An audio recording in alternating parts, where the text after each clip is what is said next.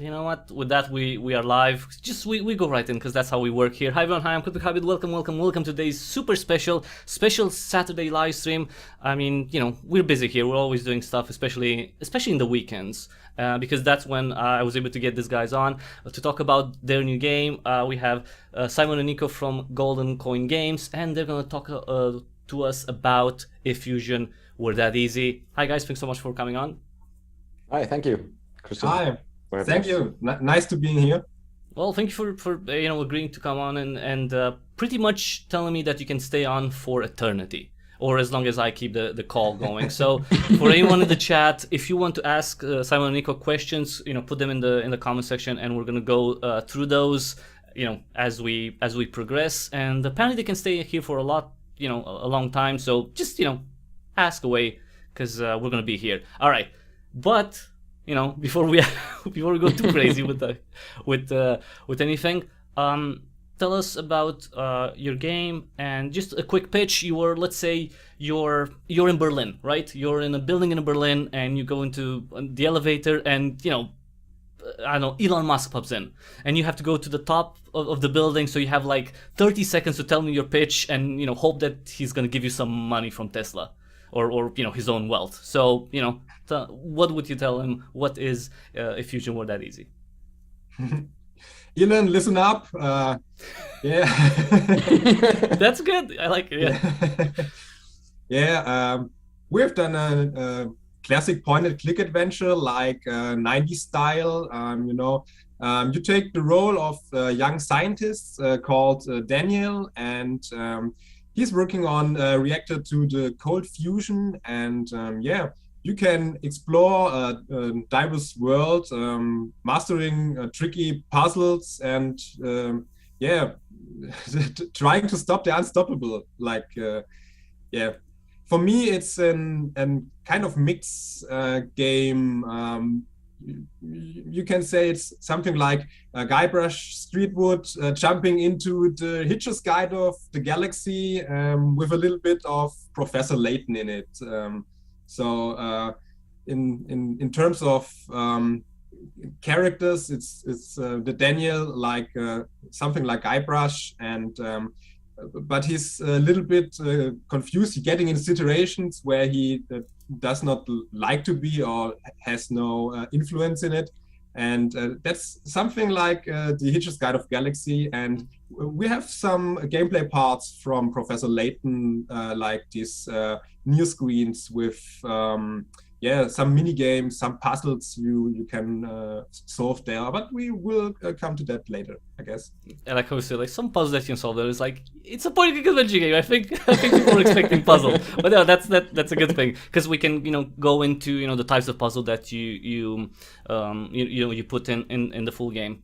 Now I don't know if Elon's gonna give you money, but to be fair, if Elon would give money to any game out there, one that's about cold fusion, I'm guessing he would like that, because if you can solve like some, I don't know, technical problem, some physics problem with the game, that would be, I think he would really like that. Now, tell us a little bit about yourselves, about the team. When did Golden Coin emerge? What have you done in terms of as a team, or individually, games or non-games?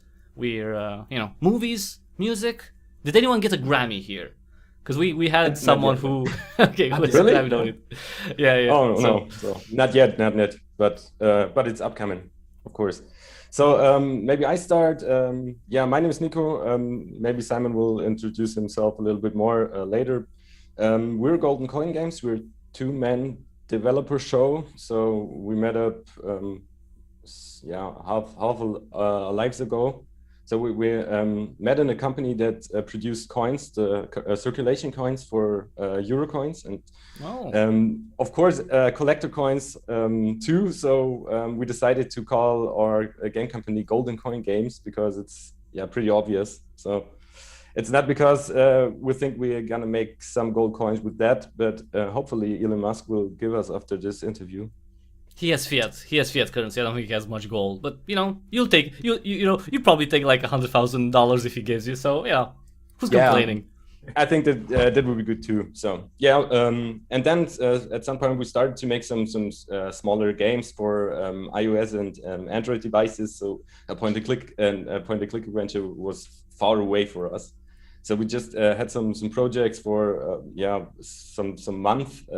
Endless runner called Red Run, where you control a little rat called Randy and jump after over things and stuff.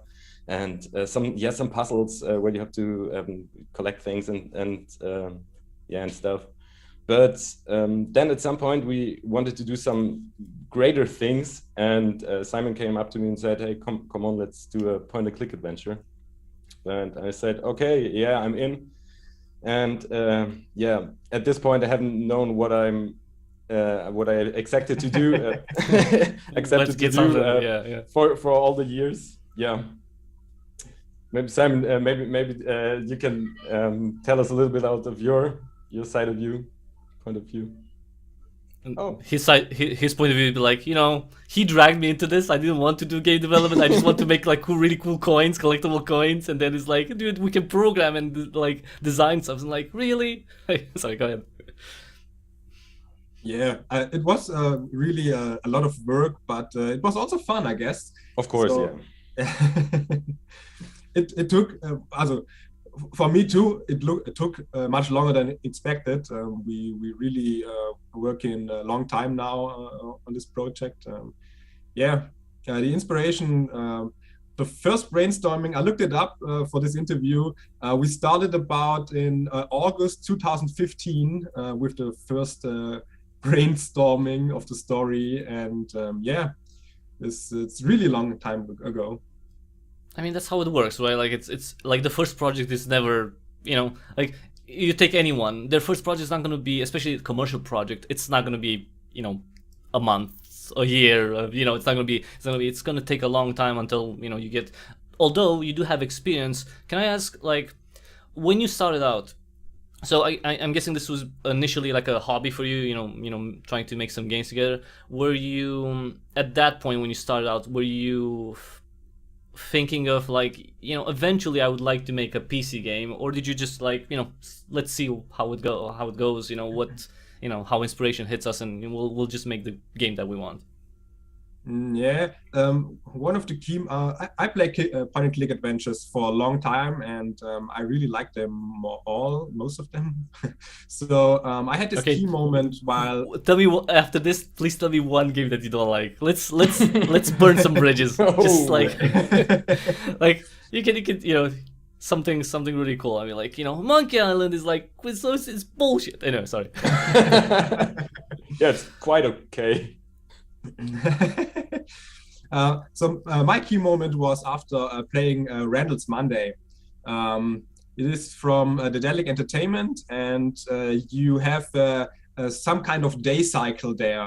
You are on the same locations over and over, but you change the setting, you change the story, and so you can kind of reuse these locations by this daily cycle you go through. And this was a key moment for me, realizing, okay, maybe if you can manage somehow to get a story that rotates on the same city or something, it can be a kind of doable thing for like two men trying to do something like that. So at the start, we had this this setting.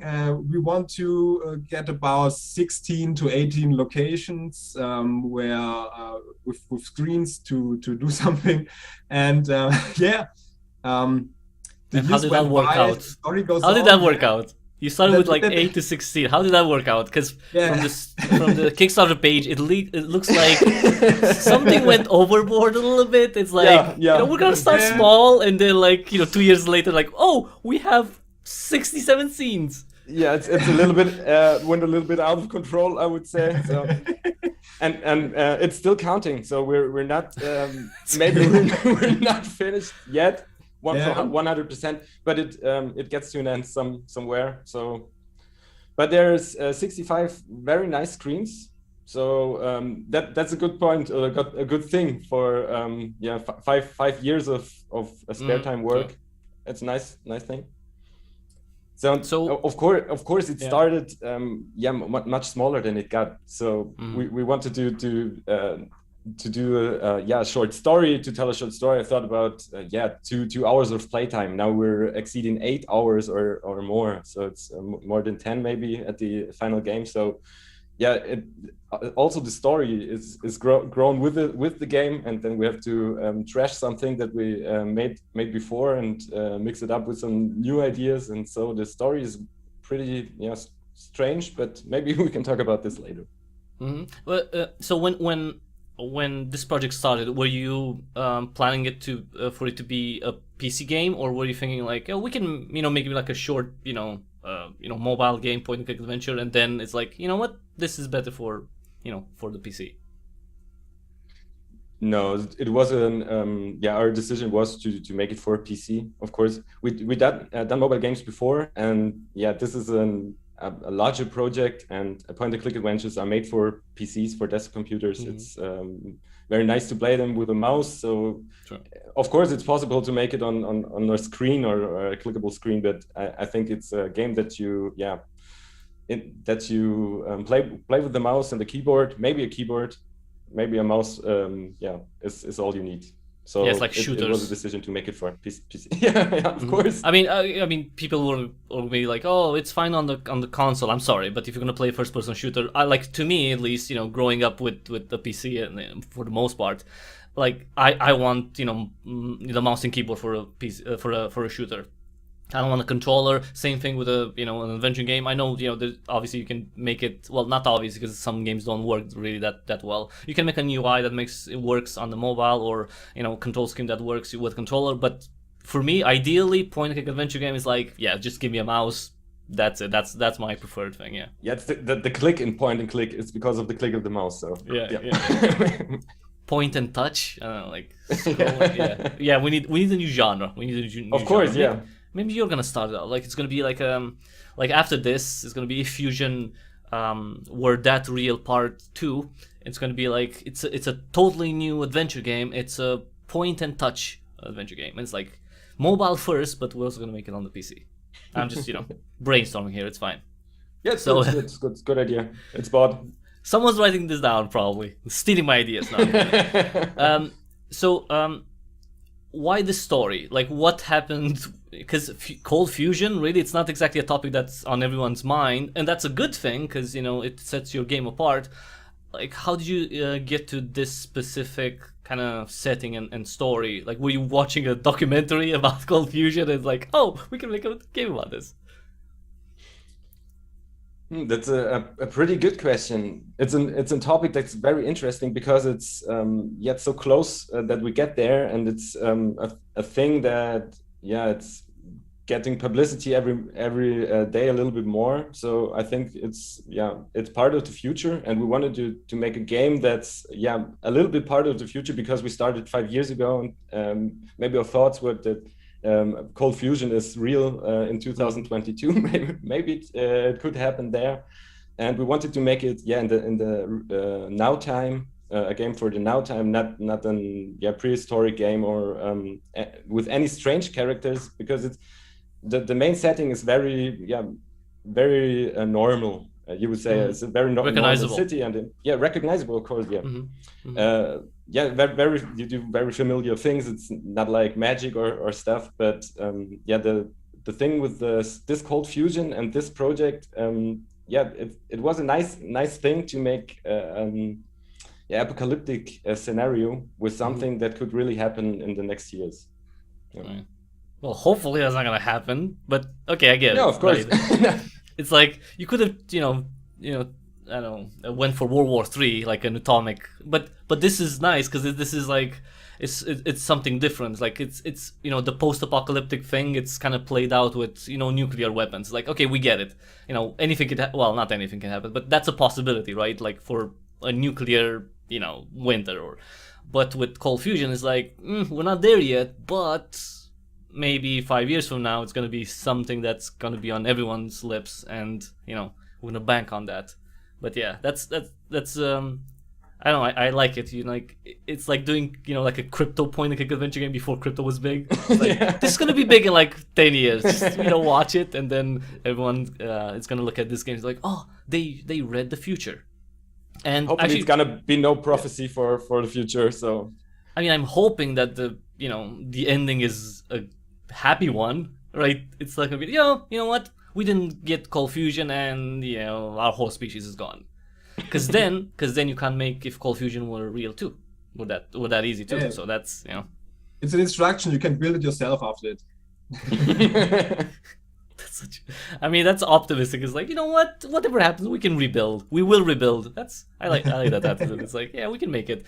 Again, because since you mentioned about the setting, is this inspired by a specific region, by a specific time? It's just modern times. It could be pretty much anywhere in the world. Yes, it's can be pretty much everywhere in the world, because we wanted to have a setting that could be in your town, it could be in our town, it could be in a city, anywhere, almost anywhere. It's no palm trees or so. Mm-hmm. So it's but almost anywhere in the I would say in the middle zone of the world. So anything's possible. And we choose this setting because so I think you dive in a little bit more if it could be in your neighborhood. Mm-hmm. So that was yeah. So and what are you going to explore in the full game? What type of the setting? So it's a city. That's the main setting of the game, or multiple locations. But what can we expect? You have a city with also with a map, and you can travel between the different areas of the city. But also on every part of the game, you can dive deeper into existing parts or unlock new areas in all directions of the city. So the main game is centered around the city and locations in the city, but in every chapter you can expect to expand some of the areas in one or the other directions. And how does that expansion work? Like when you go to a new chapter, new areas are going to be available automatically, or do you does the player have to do something in order to maybe talk to someone or find something out in order to get to new areas? It's based on the story. So the story will lead you to these new locations and also lead you to expand the new locations. So you will expand it while playing. So So it's going to be a natural thing. It's like you hear about the new location, and then it's going to be available to you to go exactly. There. Yes. Mm-hmm, mm-hmm. Right. Because it makes sense, kind of like a detective story. Like as you get more information, you can go into more areas. And is this movement like once you unlock an area, can you come back to it, or like at any point in time? Yeah. Yeah, you can always move around the whole city, all those things you unlocked. Sometimes the setting and the story is like reasonable. You can't go there now, but once you unlocked something, it's possible from start to finish to reach that location again. Yeah. So it's more of an open world kind of like. Yes, way of okay. It's like an open world, and you unlock more and more of it, and it changes. Go ahead, Nico. You wanted to mention something? No. It's the open world thing that you mentioned. Mm-hmm. So we wanted to make it possible to walk through the city and take your car to teleport from to some specific places. But you can walk through the whole city, and then you go into buildings, of course, and then the way into the buildings got extended by playing. So it's not just a city. It's of course then one of the main screens are the research center, where this big fusion reactor takes place. You have seen it in the demo for everyone who played the demo. It's this big reactor thing. And of course, there's a nuclear power plant too. There's the asylum where you reach your the second character, playable character, George, maybe we will talk about him now. I think so. Yeah, of course. This is gonna be super. This is, like, we don't have a script here. I mean, we have some ideas, but we can flow. Great, 2 characters, so that's great. Like,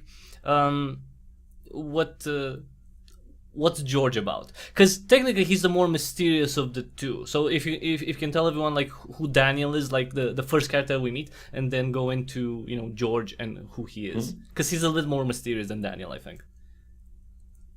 Yeah, Daniel is quite I think quite normal guy. He's I try to do his best to do everything right, but that makes everything wrong. So he gets himself into trouble every time. With every step you take, you can assume that you go deeper into trouble. And that's Daniel's So he's thing, unlucky. He's an unlucky guy. He's He's well-meaning, but he's unlucky. Like he wants to do good. Like he's not a bad guy, but he just goes into right. Poor guy. Yeah, maybe sometimes he's too lazy to find the right way, but maybe maybe that's one of his problems too. But George is a little confused old guy. He lost his mind. He's in the city asylum, and he really doesn't know why he's there. And sometimes he doesn't recognize his own friends, and sometimes he doesn't recognize Daniel as well. But those two have to work together to stop the apocalypse that will be one of the threats that are waiting in the fusion world at Easy. It's necessary that you talk to George from time to time, and it's necessary to do some puzzle stuff with George and put some pieces together. So and when we talk about George, it's not similar to Daniel, because George is fixed in his asylum, so he can't go out there. So we have some very small part of the whole map that George can walk through, but you need all of those rooms.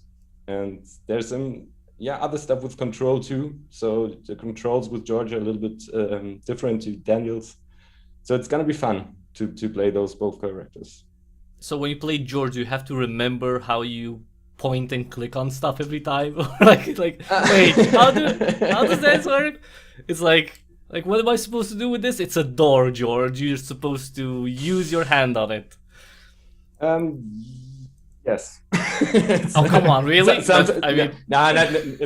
not that bad, but sometimes it's like this. It's always funny, of course. We don't want to stress our players. That's not what we want. We want them to have fun and to laugh about George's mind. Sometimes weird mind thoughts that he's telling to everybody. But is he okay? So so Daniel is a physicist, right? That's his background. So he's a pretty smart young man. Is George like an idiot savant, but with with issues? Is that the thing, or is he? I don't know. He's the wrong guy at the right place, maybe, that you have to befriend, or is he like a genius that's been just locked up and he has some issues, but that's not related to what he's gonna do to help? He is a smart guy too, but he's locked up and he lost his memory, so he had to take pills, and he is some kind of crazy, and sometimes the player have to remember for him or think for him. He is not able to get the whole thing together, but you as player, you remember the things you have done with him. So he is a genius, but he can't remember it, and he's confused about some parts of the story or what happening exactly, and maybe we should mention that in the story part, when you replace Daniel, you will sometimes find an information that George wrote a book in the past about the cold fusion, and had some calculations in there, and those calculations were on those calculations the fusion were set up. So you have to go to George and ask him about the calculation, and so you have to talk with him and work with him together, because he's the he's the writer of the calculations for Cold Fusion. Yeah, he has. I don't know if anyone saw the TV show Fringe. He kind of reminds me like the way you describe him. He kind of of Walter. Because he's a genius, and he was eventually locked up. So because that's interesting when it comes to George. Will the player have to like do certain things in order to help him remember and get him to do, like, for example, I'm just brainstorming here, like you want George to do something. Will you have to kind of like talk to people and do certain things with him in order to make him remember certain elements so he will want to do that thing that you need him to do? Or is that like too much and you just talk to him or something? I would say both of that. Mm-hmm. It's there are many situations that are totally different from each other. So sometimes yes, sometimes you have to talk to another one to remember. Sometimes you don't remember at all, but you as a player know what to do. So everything makes sense for George then too. So it depends on the situation. So both is possible. So you take the role of George, and you know what to do, but maybe he's confused and show his confusion to the player. But if you know what to do, he will do it. So you are in the role of George. So if you remember it, he maybe cannot, but he does the right thing. Yeah. And when it comes to controlling him, like once he's introduced, how's that gonna work? Like, are you gonna switch between them? Do they have their own like sections that like this is George's section, you only control him, or you can alternate between the two at the same time? How's that gonna work? These switches are also story based, so you have situations in the story where you need the help of George, or where George is the only one who can find this out or can handle this, and so you go to George, or you play as George, and it's switching between them. You cannot do it freely, but it depends on the story, and you want to switch between them in this situation. So it's gonna make sense how when you get to control him or not. Yes. Yeah, we invented this day life circle, so it's and the whole story takes place in a couple's days. So you play day one, then maybe you play night one or so. So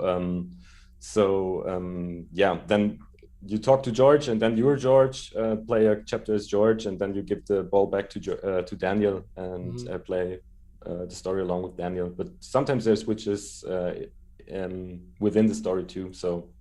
And the way the timeline works, it's not live. Like this chapter is gonna be like daytime. It's gonna be like kid, you have like I don't know, like 4 in-game days. Jesus Christ, I can't speak.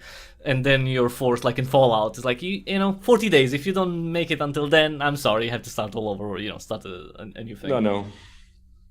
No, time is up, everything explodes. Exactly, yeah, exactly. You just blow up and like, oh, sorry, do you want to load the previous save game? It's like, yes, I want to do that, yeah. Okay, that's very interesting. So when it comes to kind of like the mission, the overarching mission, right? What does Daniel start off with? So he's working on developing Cold Fusion, right? That's the thing. And something goes wrong. What's the big threat in your project? I think we got more than one big threat, because Cold Fusion, the possibility of explosion of this reactor is a threat itself, and of course there's more than one threat. We have this mysterious clan that we're involved to be part of our game. I can't tell as much about the clan, because we want to keep it mysterious, and it would be a very yeah, a very special part of the game, because yeah, they emerge when you don't and you don't know why, and yeah, then you have to handle them, because they want to obviously want to stop you preventing the apocalypse. So they just trying to sabotage you when you try to fix the reactor or so. So you have to work against time, you have to work against the clan, and you have to try to prevent a apocalypse at the end. And yeah, the only friend you really have is George. That's a threat too, I would say. And is that because are the other people in the game, right? So not the clan, just NPCs that are, let's say, friendly. Are they like oblivious to what's happening, or they're unable to help, or they don't want to help? Is that going to be something like you're conscious of the threat, but maybe other people around you aren't? Some are, some aren't, of course, because yeah, at the beginning nobody knows about the threat of the exploding reactor. So yeah, they aren't, yeah, they don't care at all. So, but of course you work together with the professor, and he's in the research center too, and of course he's upset because everything goes wrong, and yeah, so.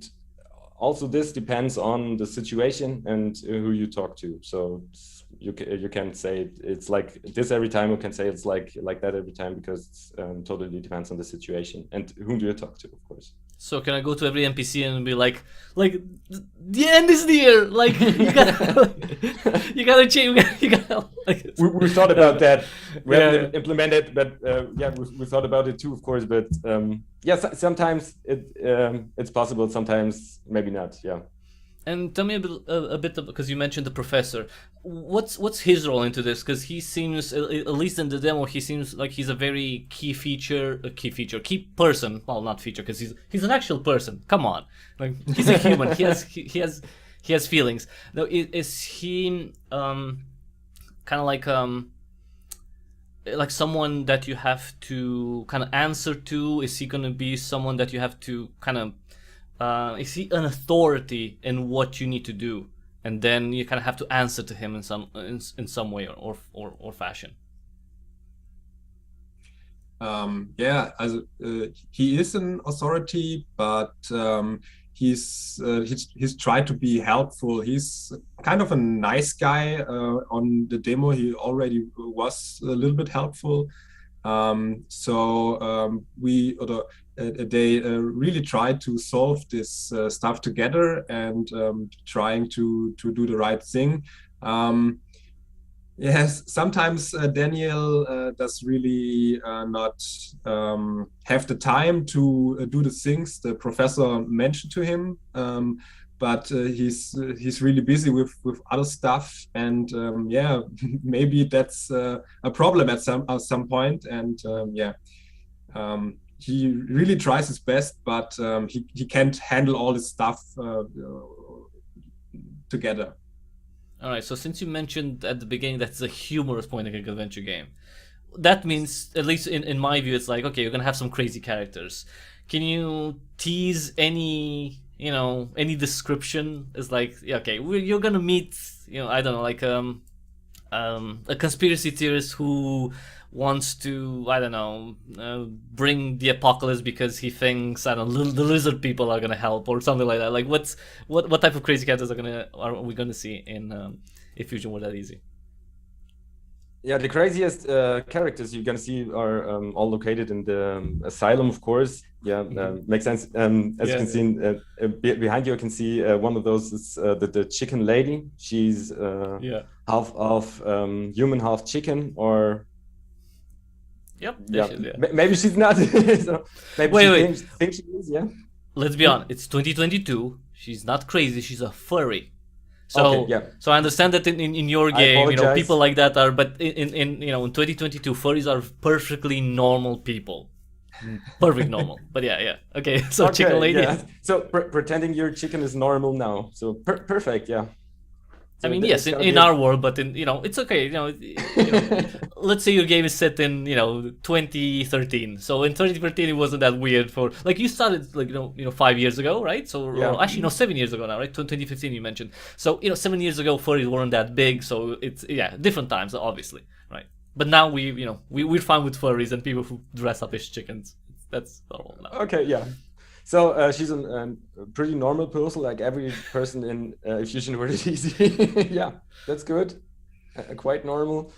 No, yeah, of course, the dialogues with her when you talk to her, and sometimes she have some small quests for you. So of course they're a little bit strange for human, but maybe not for a chicken human. So, and also. I think every of our NPCs have his own spleen, so they're all a little bit over the top or a little bit under the top. It depends on the point of view.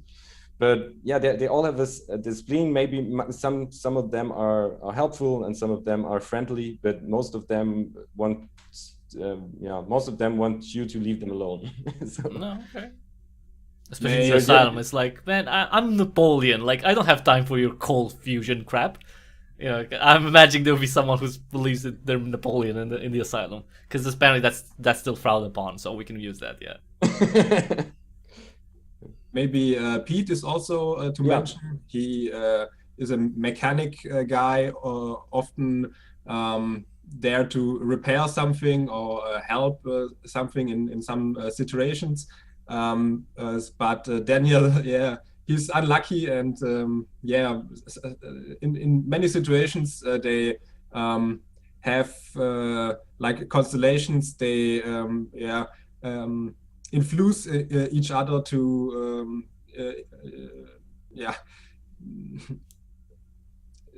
They influence each other to do puzzles, or to do missions, or to help each other in terms of solving stuff.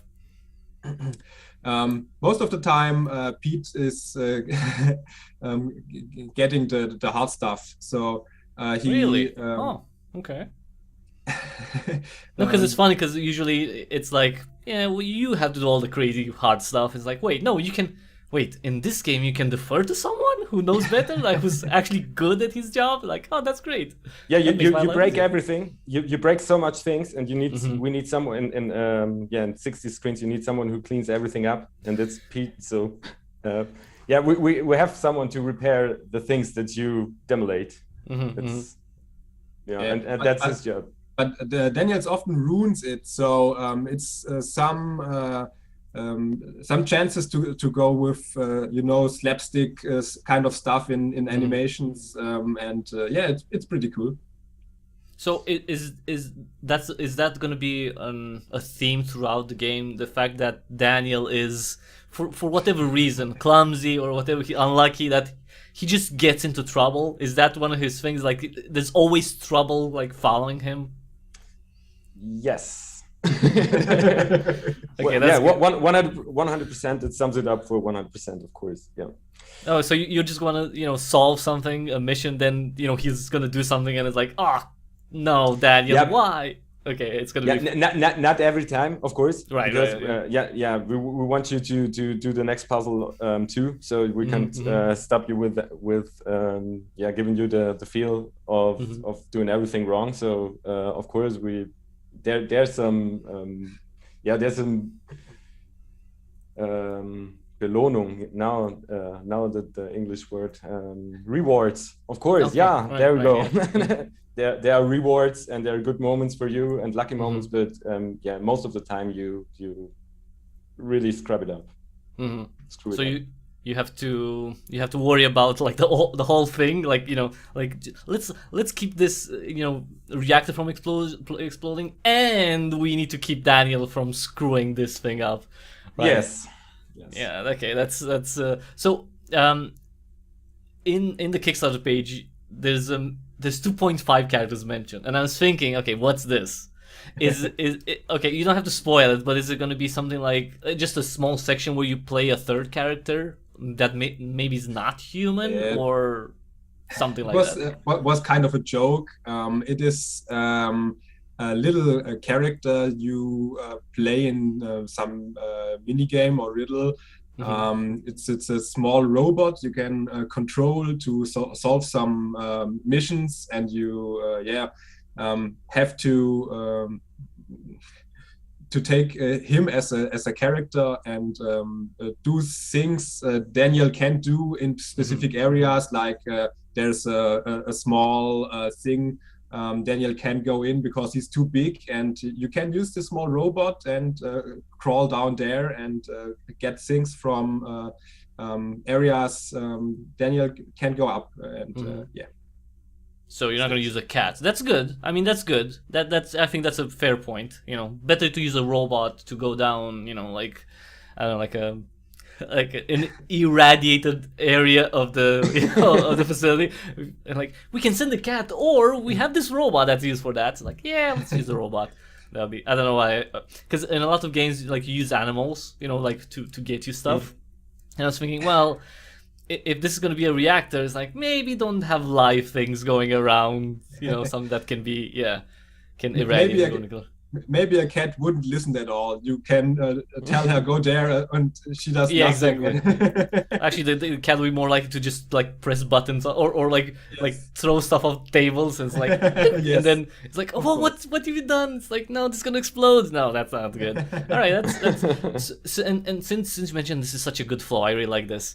The mini games. What can we expect? What type of mini games? Like, you know, how many of them, and you know, why? Why would you? And that's not a bad thing. I'm just like asking for the idea behind it. Why put in the mini games? Because like, you know, point and click adventure games usually have, you know, like the puzzles and, you know, the communication in the characters, and that's it. Why do you want to have the mini games as well? Yeah, I had pretty much fun playing Professor Layton as a kid. So these kind of mini games, you can you don't need the whole thing to solve it. It's just a small potion by itself, and you can just do that self-centered. So it's a kind of mini game. You find it, and you can instantly solve it, and it brings you It's a separate self-contained experience to, like, Yes. And can you, and I'm asking this for a very specific reason, can you skip the mini games?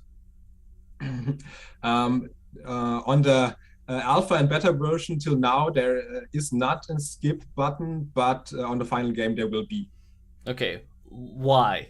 Like, why? Like, what happened? Because I know why I asked this, but because in Capia, I don't know if you played Capia. It's a point-and-click adventure that came out a few weeks ago on the 25th, and they have some mini games, right? Not a lot, a few mini games, and they're not difficult or anything like that. They're really sweet, and I like mini games, so that's, you know, that it's great that you also have, you know, because it puts you in a different situation. I like, you know, the change, like, so it's, I like the small change, like, you know, you're gonna take a break from the huge mission and the thing, just focus on this little thing, and it's fun. So I really like that. The thing is, in Capia, like, I played it and it was fine, I finished it, and then I found out that there were some people who wanted to skip them, and I'm like, interesting. And I was thinking, like, okay, that's a little bit kind of, it's not counterintuitive, but it's like, I would want to experience them. So it's a little bit weird for me that people want to skip them, but that's why I asked, like, if you had the option to skip them. But why did you decide to have that option in? Yeah, for me as a player, I would also try to solve every puzzle, and I wanted to solve mini games like this. And but if you're really stuck at some point at one of the mini games, you don't get it at all, and you really confused about it, and it's a small potion on itself, and there's no thing on the overworld. You can find some clues or some more things about that mini game. It should be explained by itself. So actually it would be bad design if you can't solve it, but maybe there are some people who really get stuck or just don't they don't click with that specific minigame, because maybe they like some, but they wouldn't like another. Yeah. At least there's one minigame you need. You have something like a time event, and if you are really unable to time it in any way, you have the option to skip it. Okay, I'm not just so we're clear. I'm not a fan of that, but it's I guess the option is good to have. But yeah, I like to have to experience the mini games as well. Even if you try them multiple times, like that's the whole thing. It's the challenge. It's like you're supposed to learn. Yeah, but it's depending. But that's a good thing. That's for anyone who's scared of mini games, like and being frustrated by them, like you'll be able to skip them in a few if you know that easy. You are able to skip it, but it's a game with some mini games, so it would be a big part of if you really go and skip all of them. So. So then we can't guarantee 8 hours of playtime if you skip all the mini games. Maybe then it's about 1.5 hours. Oh come on! Yeah, that would be it's like 90% is mini games. It's like we spend like the last 4 years just designing mini games. The original idea of like a 2-hour game. That's exactly what we're making. We just extended it with mini games. That would be funny. Yeah, for speedrunners that would be cool. Like like I want to finish if Fusion were that easy, like as fast as possible. You just skip through all the mini games and be like, I finished in like 3 hours. It's fine. Maybe we should put this button into the main menu where it says a new game or skip. Maybe that's a good thing to Oh come on. No, it's not. Oh, what was the name? I want to Rise. Does anyone? I think it was called Rise.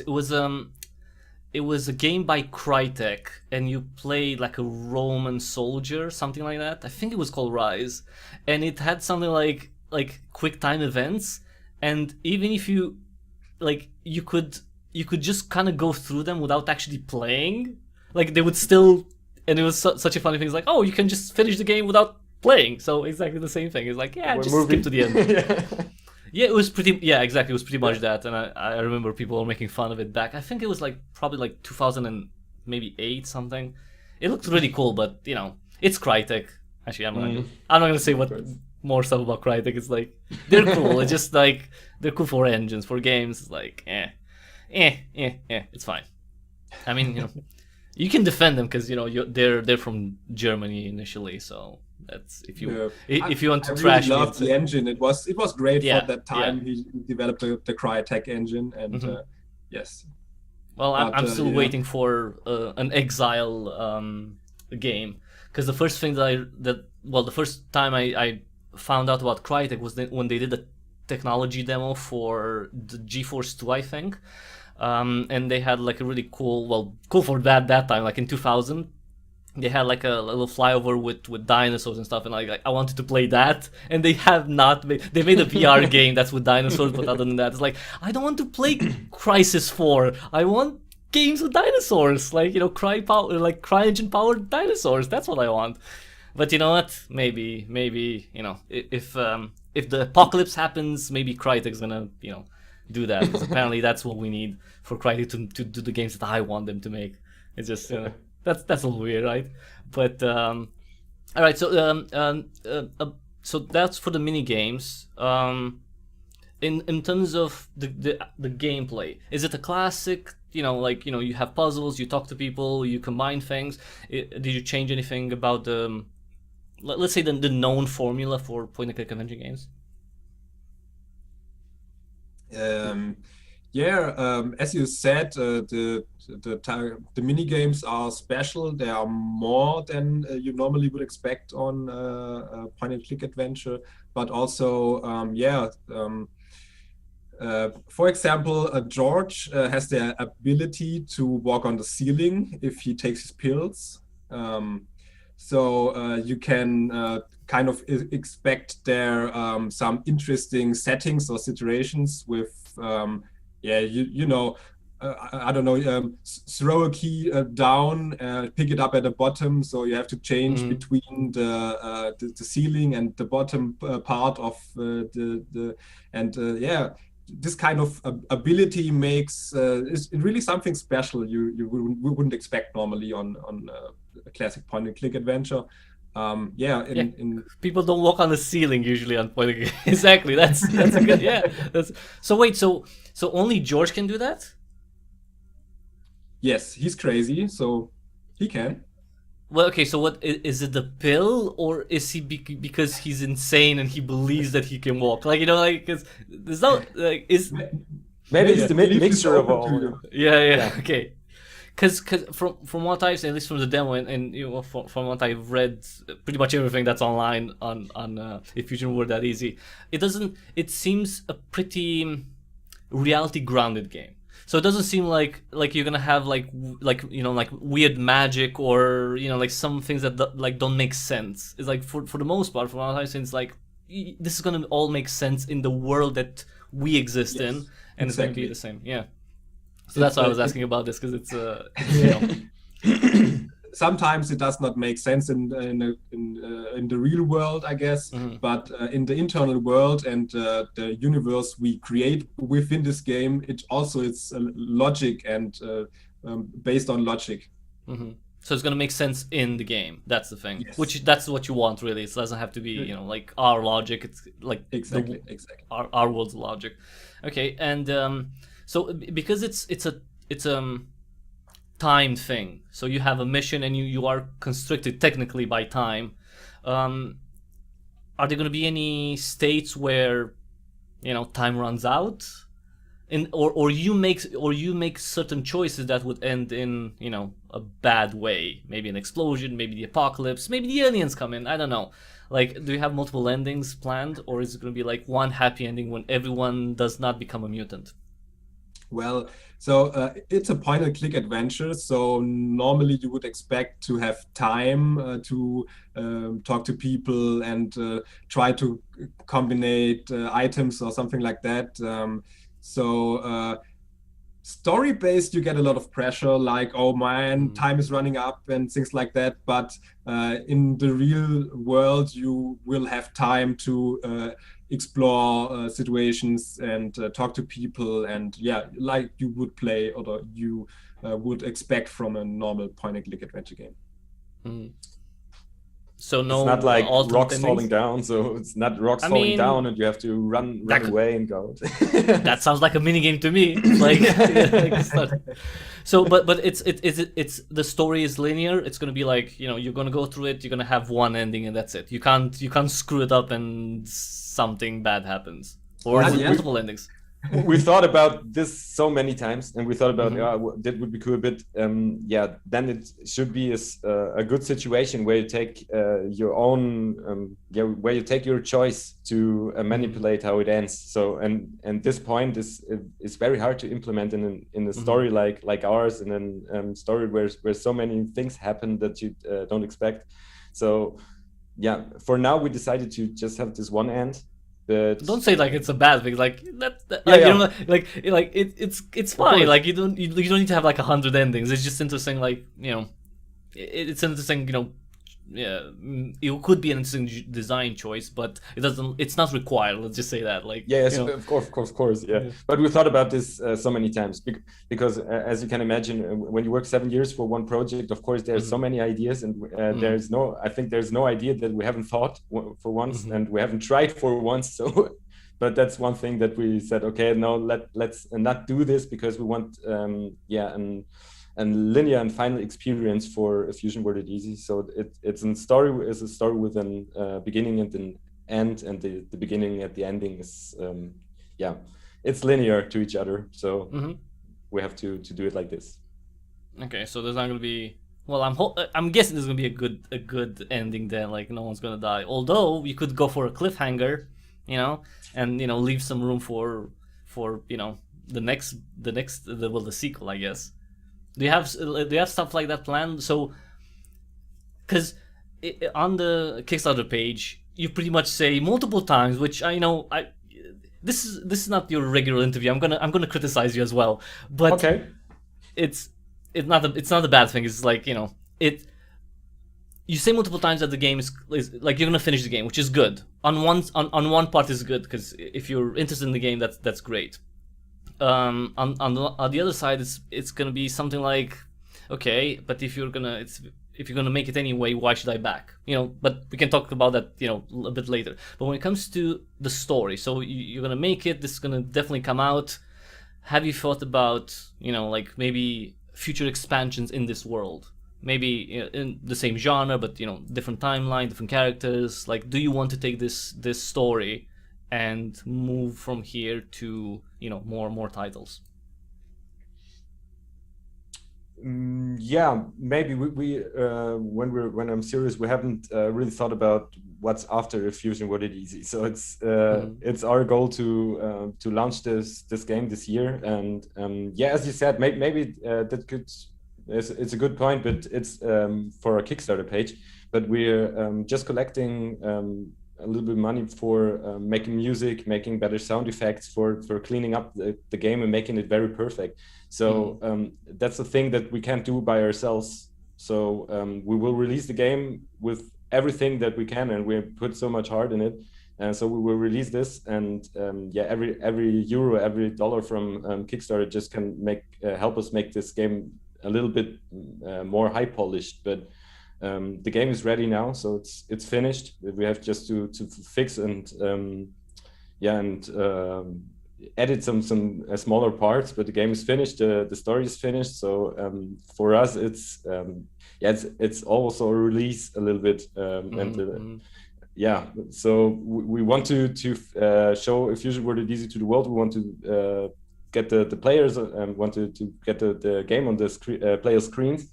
And of course, if they want to play more if Fusion World Easy, I think we can always talk about making a second part, a third part, or making some franchise things in any way. But for now, it's one big goal to make this happen and bring Fusion World Easy to Steam and itch.io and every other channel. Yeah. Okay, that's a good thing because you also mentioned the platforms. But we can go about the release a bit. I guess we can touch it right now because the flow is so good. So those are the target platforms at this point. So Windows only, or Windows, Mac, Linux. What was the plan? Plan is definitely to release on Windows, supporting Mac and Linux also. So we're pretty confident, and also testing against the Linux based on Ubuntu. So Debian variants are tested against it, and also the current Mac OS. So yeah, we're pretty confident to release on all PC platforms to support them. Have you thought about like the Steamdeck at all? I know it's not gonna be like, I'm not saying as if like you have to support it or anything. Like, would that be something that you'd be interested in, to see if Fusion were that easy on the Steamdeck and how it plays out, how it plays on that? Just as a, like, not as a like a project, and you want to, like, as in, like a developer, like, would that be an interesting thing to see how it works on, on that platform?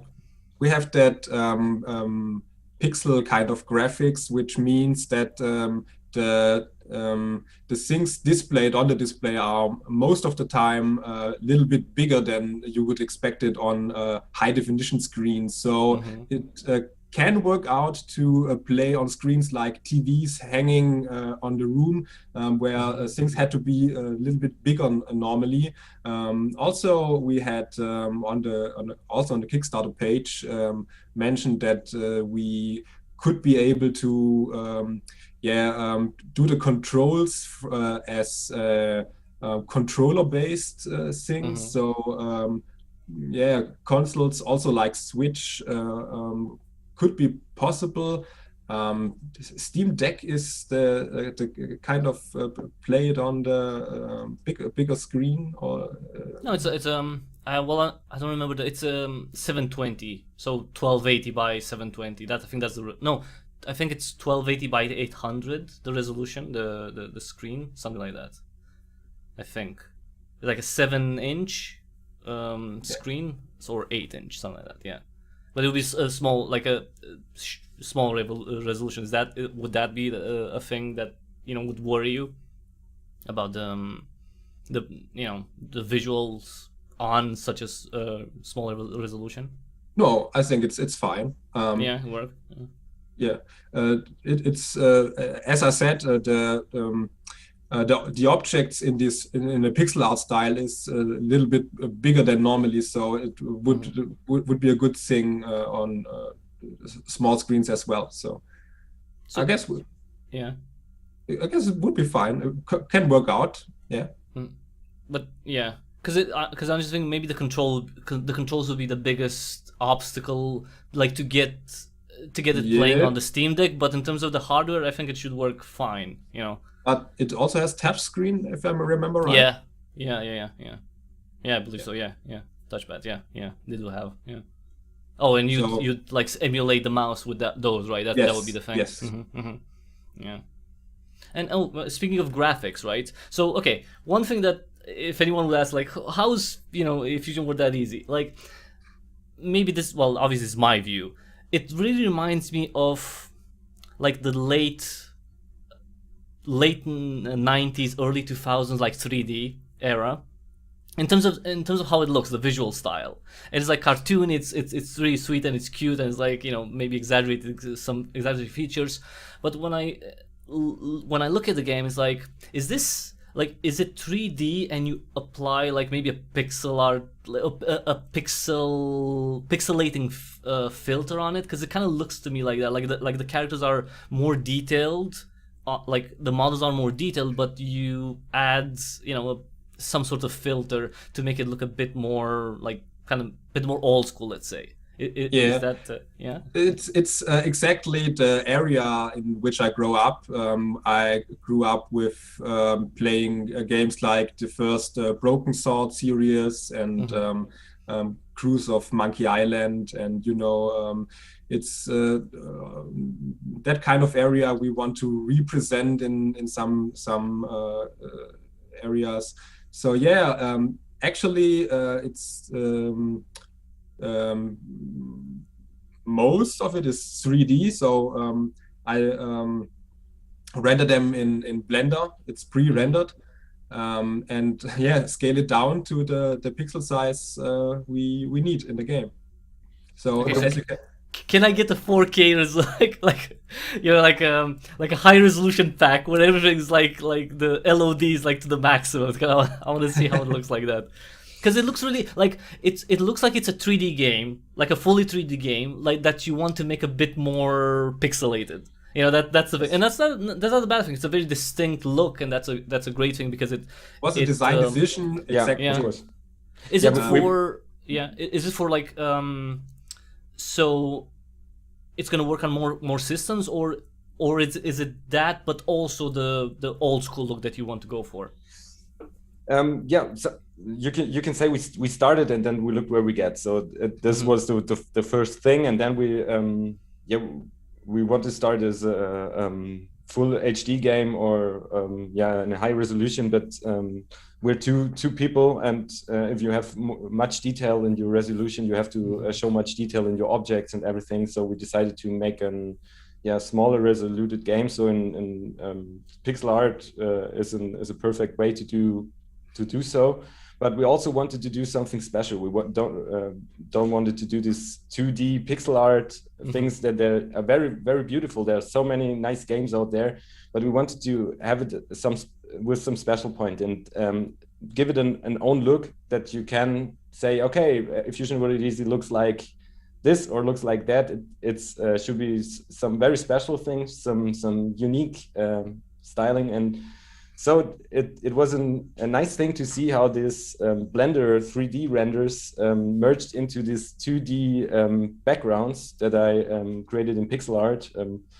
And every screen is different from each other. So we have no returning patterns or something. So every screen is made, sometimes with a blueprint of a 3D room, but it's also drawn in pixel art after that. And so we have a very three-dimensional pixel art game, and I think it's kind of unique. It is unique. It is unique. It's like it's like Pixar in the 90s. Like it's like Pixar made a point-and-click adventure game with the technology from '97, something like that. Like they wanted to do it like really high resolution and stuff, but because of the hardware, they chose to that. And you know, they had great stuff from even like the '80s and stuff. Pixar. I was just searching for stuff, you know, recently, and I was looking at some of their creation, like small movies that they did, and they're like absolutely incredible. And if Fusion Were That Easy has that type of vibe to it. It's like if Siberia was made 4 years earlier, right? And Siberia is gorgeous, but that has like 2D with 3D characters. If Siberia was all 3D and it was made like 4 years earlier, it would be like if Fusion Were That Easy, because it's, you know what I mean? It's like you take something that's more modern than Broken Sword, for example. Broken Sword, it looks amazing. But it's drawn, it's a specific type of look, and you have a lot of games like that. When it comes to this, it's like, how mmany 3D games do you have that are point-and-click games? A lot less. And, you know, how many games do you have that also a pixel art look to it? Although they're, you know, 2.5, well, 3D. So, well, none, basically. Yours is the only one. So that's really... I think it works really well because it sets you apart, and it's such a sweet thing. It's like watching cartoons, you know, like Sunday morning or Saturday morning cartoons. It's like... when you see this game, when you see your game, it's like, you know, you're gonna have like it's gonna be funny and like lighthearted. It's not gonna be, you know, it's like everyone can play it and it's gonna be fun. It has that type of friendly look to it, you know. So it's I don't know, it's that was the first thing that attracted me to If Fusion Were That Easy, because that specific look, which is such a, it's friendly. It's like, you know, it takes me back to the time where, you know, games were a bit, you know, earlier times, but you know, it's fun. So I really like that thing, the way you decide to do this. But again, you know, I wouldn't mind a high resolution, you know. Yeah. We wouldn't mind either. So. Yeah. Maybe in 15 to 16 years, maybe. Yeah, you just have to add like, yeah. Well, you know what? When Unreal Engine 5 is fully released, like, you're gonna be like a remake, like 10 years from now, you're gonna do a remake in Unreal Engine 5, and that's gonna be, you know, it's gonna be so weird if it looks like, if it's super detailed, it's gonna look weird at that point. Yeah, it will be weird, yeah, of course. But yeah, it's in terms of, right, because we because it's 3D using Blender. So in terms of the engine, what are you using and why? What did you choose and why? Well, I know what you chose, but you know, for people who don't know. Yeah, we choose Wizner Studio. It's an engine specific and dedicated to point-and-click adventures. I came there, my inspiration for this was from the Delic Entertainment. They did a pretty good job on the Deponia series. I loved them. And I saw like the small jabs, like they did a pretty good job. It's like, yes, it's German, just German. No, I know it's funny because I mean, if anyone would ask anyone like, do you know any Daedalic games? Like Deponia, like Deponia would be the one who said, and I know you're you want to give them props, but it sounded a bit like, you know, they did a decent job at one series, and yeah. No, but yeah. So for anyone who knows, pretty much all the point-and-click adventure games made by them are with Visionary, right? Yes, they were a pretty few people at the beginning. The first game was Edna's Breakout, and I think also did a good job at this one, and I think I can take the same. It looks like it did a good job with a few people, so I tried that and it worked well. So yeah. So is that the only thing that you tested out, or did you try maybe like Unity or I don't know? Yeah. Well, Unity would have been the big thing. I had a small look at all the major platforms. Tried little things around with Unity, tried some Unreal blueprints and stuff like that. Also the ASG, it's an open source point and click engine. Adventure Game Studio, yeah. Wintermule had a small look at it, but Visionary also has active community. You can join on Discord and stuff like that. So it's really fun to talk to them, and they are really helpful at some point. And yeah, it felt good, and we stay with that. Mm-hmm. And is did you have to do anything specific for your title? Anything that you've a feature that the engine didn't really have, what it needed for, something that you had to program yourself? Yeah. You're saying like, we had a lot. Yes. Okay, go ahead, tell me.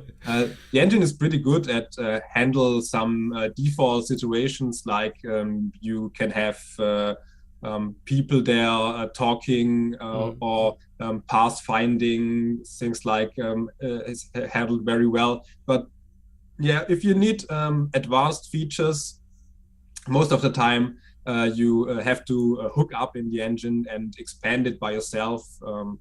For example, this pop-up system with the dialogue system with moods and feelings, and you display the characters left to right and things like that. The engine can't handle it by itself, or has no default situation for things like that. Also, drag and drop on items when they're highlighted or something like that. It's not a default behavior of the engine, so you have to replace it by an own drag and drop system and handle it by yourself. Yeah. Also all mini games or something like that. They have their own logic, and you have to create them from scratch, basically. And what would they program in? Like, does it support multiple? Like, is it only Lua, or do they support other languages? Because I don't know enough of Vision. Actually, they invented an own language. It's called Ilios, and based on C#. But yes, but it came later than when you started. Yes. So I started with Lua and keep getting better in Lua. So yeah. And what else is like? Okay, because I have no because I know of Lua, but what else, like, what other, I don't know, software or what else uses that? Like, I have no idea what else would use that programming language. What's it used for? Yeah. Is it other engines? Is it, I don't know. It's. I'm just asking because I have no idea. I don't know, what's it used for usually? Because it's like, okay, C++, you kind of get it. It's like pretty much everything can be, you can make, JavaScript is for, Yeah, I don't know where it's played usual, but it has support on many things. Microcontroller, for example, there are some running native Lua. Yeah, you have basic interaction with them, and it's an good language to start with, I guess. It's easy to understand and pretty logical. Sometimes you miss some things, but it's a semicolon here, semicolon there. That's usually that's seriously, like, with programming, it's like that's the only thing that I miss. Yeah. Or like yeah. Okay, that's good. So so how much work did that, like, this specific work for Effusion were that easy? Was this one of the kind of big things that you needed to learn and to go through, and maybe that's one of the things that took the most time?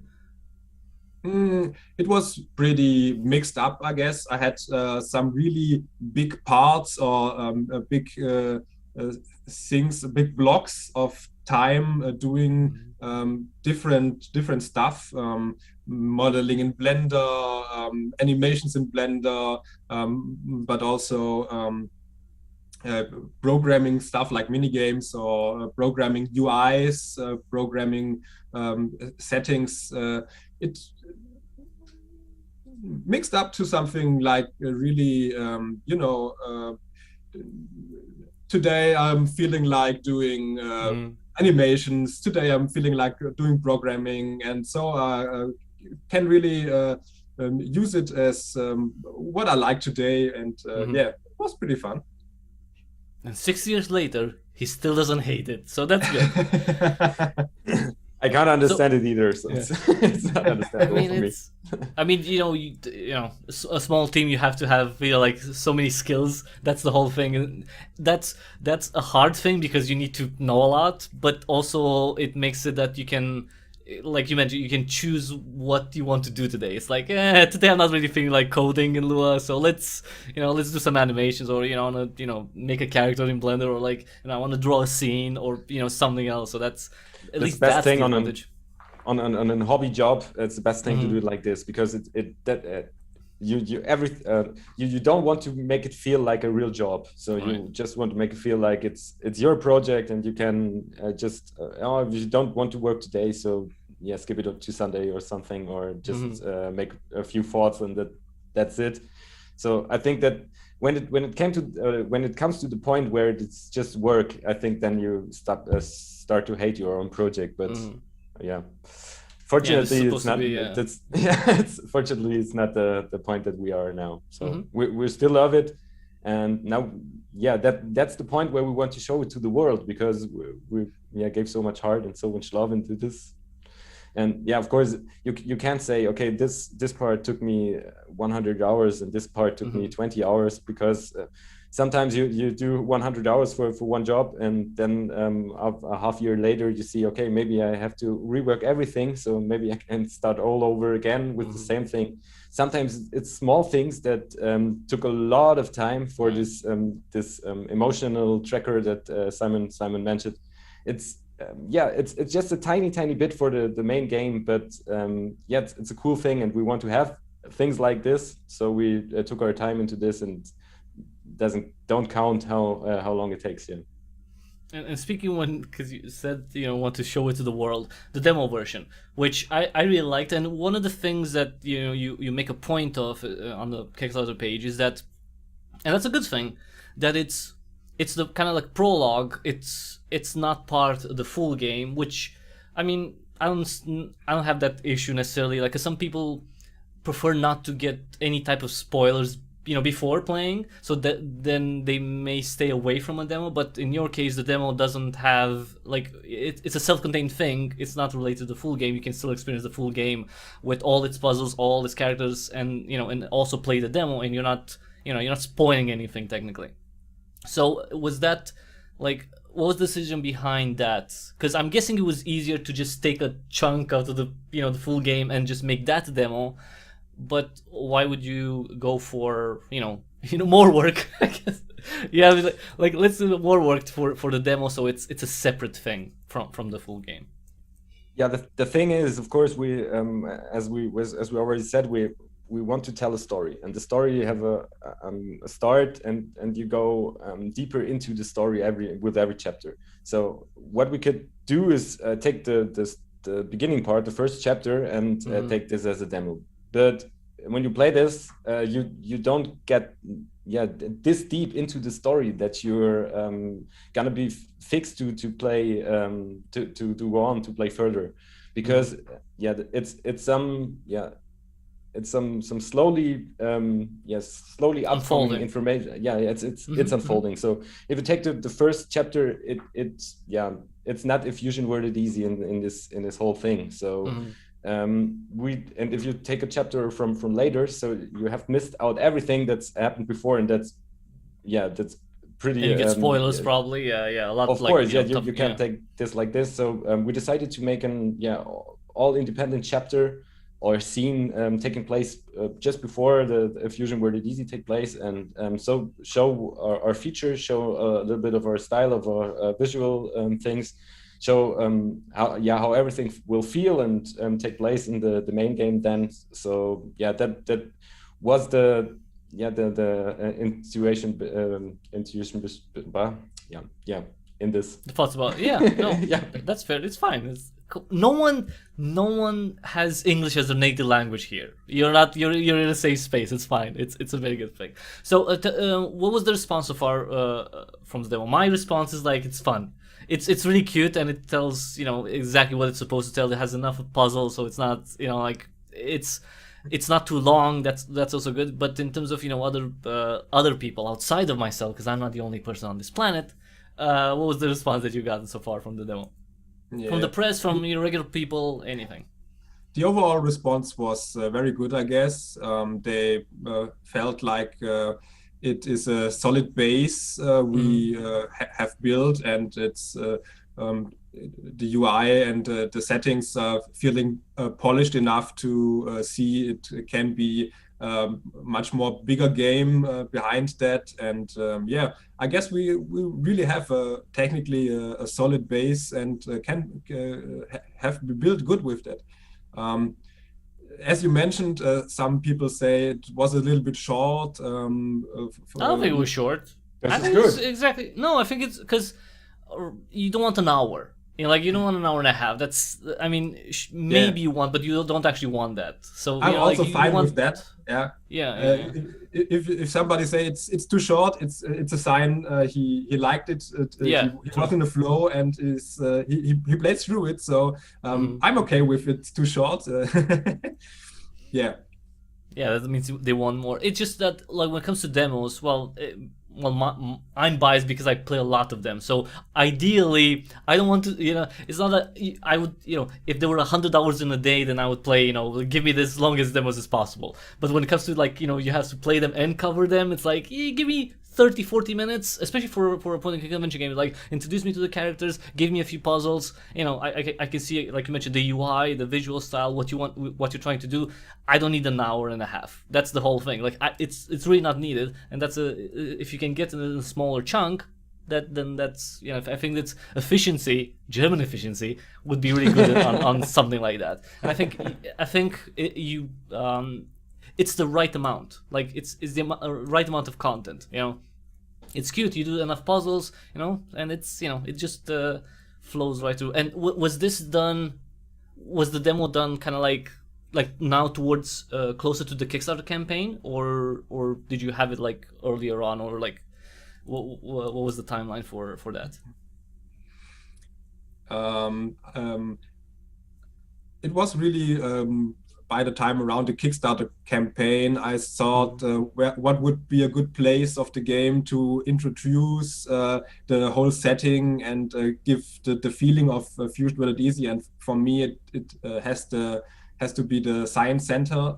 So I would have guessed this is a good point to start. And it was really close to the Kickstarter campaign. And it's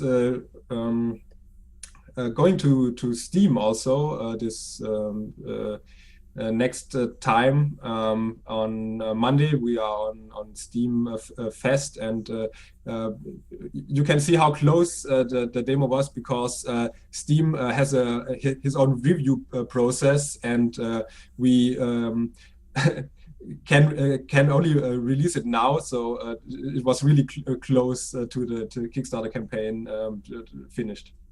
Did you want to have it earlier on not on Kickstarter, on Steam, and some things didn't work out? Or was that no? First we thought we had to put it on Steam first, but then Steam contacted us and said we don't can show up Kickstarter on the demo on Steam. Right, yes, yeah, they have that crap. Yeah, and so we thought, okay, then let's do it later there together with the Steam Festival, and just do the Kickstarter demo on other platforms. And what do you have, like, I know on itch, is it on GameJolt as well? What other places? Yes, it's currently on itch.io, on GameJolt. I guess you can also download it from our website. Yes, and in a few days it will be available on Steam too. So and the Steam version, is it did you take out the stuff about the anything about Kickstarter? Is that the thing? Right. I mean, it's such a. I mean, I understand why, because because probably they want a demo because they want people to play the demo like in 6 months, and the Kickstarter is not going to be 6 months, so maybe that's the thing that they... we could have updated it then. Of course. So. Right, but it's still, yeah, that's kind of...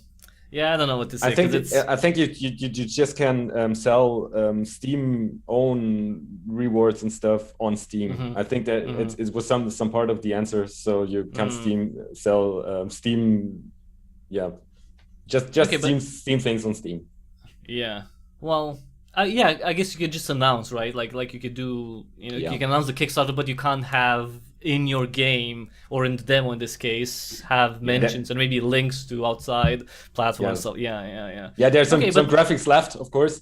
some graphics that I don't have discovered, but most of the clickable links are gone, or all of the clickable links are gone. There's no clickable links at all. They just say like that. It's like, no, all the links are gone. Like, Steam, do not delay the release of the demo. It's like, we're gonna be... So wait, so this is gonna be like throughout the whole Next Fest, and are you gonna keep the demo on Steam after that? Yes, it will be available after that also, and till the release of the game. So we hope some people discover it, play it, and wishlist the main game. And what is it going to be, like a different page for it? Like, are you going to have... Because that's the thing, like, that's some people do. It's like they make a prologue, well, a demo, right? They just name it something, right? And so they can get reviews on that demo, and maybe that would help. Or is it going to be like, the demo's on the game's Steam page and that's it? For the applyment on the Steam Next Fests, you must have a demo of your main game. So that's by applying it to it, it already created that kind of demo for me. I had to fill, and it is an own page, an own Steam page, but I guess it's linking to the main game, or at least wishlist, and also the main page shows a link to the demo. Right. But I don't know how it looks because it will be released in about 2 days. So I don't know exactly what it will look like, but something like that. It is an own page and both linking to each other. Have you ever set up something on Steam, Christian? Have you ever did this? No, I'm not Oh talented. God. I don't have talent. No. I've heard horror stories. You're right. I've heard horror stories of if you like puzzles. That's not, Oh, yeah. That's one of the worst things on development. But I like logical puzzles. Like puzzles that are made to be solved. Then you're out. Yeah, because I understood like there's some stuff on Steam like there's no documentation on it, and you just have to ask around, and people from experience, they know like, oh no, it's such a weird. I mean, I've looked through the documentation a little bit, like for pages, how to set them up and everything. It's like, oh my god, there's so much information that you have to put in. It's crazy. Yeah. But no, that's a good thing, because with the separate pages, I mean, because people might find the demo, they can review it, maybe that's gonna drive future wish lists, and that's gonna hopefully, because if it's on the same page, then people might even not notice it, right? Remember when it was like this small like download demo button on Steam? It's like, if it's not a large green button in the front, I'm not, I can scroll through the page really fast and not see it. So I think that's a good thing, that it makes it separate, because I think that's gonna help more people discover it and also go to the main page to wishlist. But of course, wait, do you have a link? Do you have a Steam page? Did I put a Steam page in the description? Yeah, don't check that now. Hopefully I did. I think I did. I probably did. Just see the link in the description below, because I have the demo. I probably have the Steam page as well. I hope I do. You know what? If it's not there, I'm gonna put it later on. But it should be there. Of course. Yeah. Jesus. Now, so you mentioned, because the game is pretty much finished. Well, in terms of the story, probably, and the scenes. What's the at this point in time? What's the target date for release? Or the time period? Does it have to be like, you know, the 27th of September? You know? Yeah, it's not the 27th, but it's in September, end of Oh, September. really? Okay, Yeah, I was okay. Right. It's your. I was thinking yeah, like, your did wish, I of just? course. No, because the thing is, I'm not that, you know, I'm not that big of an oracle. I saw it on Kickstarter, and that's where I remember September. But the 27th was just a guess. Yeah. Yeah, I think because we want to do high polish as much as we can, I think it's the last day of September. So Really? maybe the 30th. Yeah. So, but we with the Steam Fest, we accepted the terms that we have to launch our game in later this year. So it's in September, I think, and for us it's okay too. So at one point we have to launch our game. So it's in September this year. September 22. Is it like a good feeling? Like, you know what? Yeah, we have, you know, like, yeah, it's coming out. Yeah. Of course. Yeah, we put so much time in it. I don't know what to do with my time after releasing the game. So maybe, I don't know. Go outside. Maybe go for like go for a run. Talk to people. Like outside of Zoom. I don't know. Like get a dog. I don't know if you don't have a dog. Just. Yeah, it's all good ideas, but it's it's not the same. It's not the same like making this game. Yeah, of course. It will be a good feeling, of course, for us. It's but yeah, it was a nice project, and it is a nice project. So of course, it's one crying eye, one laughing eye. So well, you know, bittersweet, right? That's always going to be like until, you know, because it's your baby, you also work for it, but it must be really good to have it. It's, you know, it's going to be so much better when it's actually out and people can play. It's like, I'm done, because that's a huge thing, right? Like, is this so a rat run? So that's on what? Come on, what? You said mention rat. It's nice, yeah. You mentioned it, so it's not, you know. Yeah, of course, it was nice. You should be proud of it. 'Cause it's, we are. It's interesting though. Like you chose a rat. I mean, I guess they run a lot, but yeah, you know, it's cute. Rat run is not. Is it paid or is it ad based on Apple and Google Play? We started to. Okay, so your turn. Yeah, it's exactly like this. We started with paid version, but we do it ad based, but. Yeah, it's free. You can download it now if you want. It's an endless runner with a little rat trying to overcome some obstacles. Yeah. And as you can see there, we tried to put some story in an endless runner. That was our point. And so we're so storytelling lovers. So it's much better to do it in a point and click adventure than in an endless running game. So yeah. The thing is, like with Rat Run, but this is your big, like, coming out project, basically. Of course. This is gonna put you on the map in terms of like the development wise, because it's you know, having a game on Steam, you know, that's gonna be. Oh, which speaking of, any other platforms that you're thinking of? Okay, probably itch, right? Because that will be available. Epic Games at all? Like, is that an option at this point? Like, or the curation wouldn't, you know, result in you getting in? Because I don't know, like, what's the state right now? I don't know how picky they are actually. Also, good old games, GOG would be an option. Okay. So, but also I don't know. What's the deal with them? Because it's like, I know from Kapia that like it was hard to get someone to talk to and get their games approved. So that's why I'm thinking, like do you have to spam them basically? Do they contact you because, you know, you're releasing a game? Because it's not that far off. So, you know, it would be nice to know that you could have it on Good Old Games as well. I don't know. I'm just saying, like what's, like, do you contact them? Like, what do you do? What do you do? Because with Steam, we get it, but with Good Old Games, how do you get on the store? That's the whole thing. Like, because people promise, you know, like people promise, like on Kickstarter, is usually like, oh, it's gonna have a DRM version to on Good Old Games, right? But if it's a difficult process to get it on the store, then that's, you know, that might be a problem. You have to contact them, and you have to apply to them, and they have a look at all the things you have, and then they say yes or no. So it's basically you have to spam them yeah. You have to ask, like, hello, Mr. GOG or Mrs. GOG, I don't know. Like, would you take a look at my game? Because I'm thinking, like, with Steam, it's much simpler, right? In terms of the, in terms of, like, you know, getting your game, like, let's say, approved and having a page and everything. That's it's, you know. I don't know if it was much more difficult with Steam Greenlight.